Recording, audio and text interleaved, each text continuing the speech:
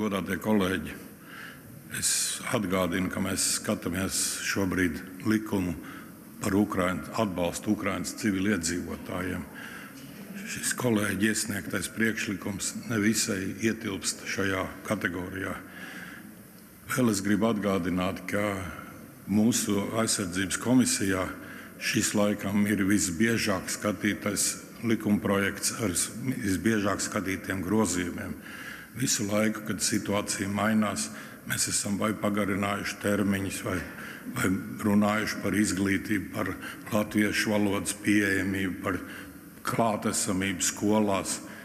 Un vienmēr mūsu sēdēs ir klāt bijis Ukrainas vēstnieks, kas ir paudis Ukrainas puses viedokli.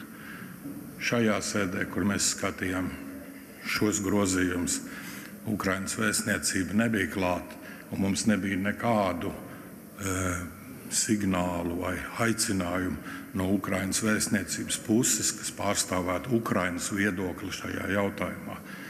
Arī mūsu ārlietu ministrijas pārstāvji ziņoja, ka nav saņemta nekāda pieprasījuma vai vēstule vai pēc šādām rīcībām, ka mums vajadzētu kaut kādā veidā pēdiņās rekrutēt šeit karavīrus Ukrainai.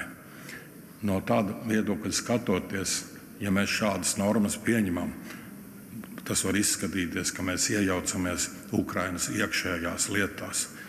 Un tas ir Ukrainas jautājums, kas viņiem pašiem jāizlemj, un tad viņi var griezties pie Latvijas pēc palīdzības. Tāpēc es ļoti aicinātu balsot atbilstoši tā, kā lēma komisija. Paldies!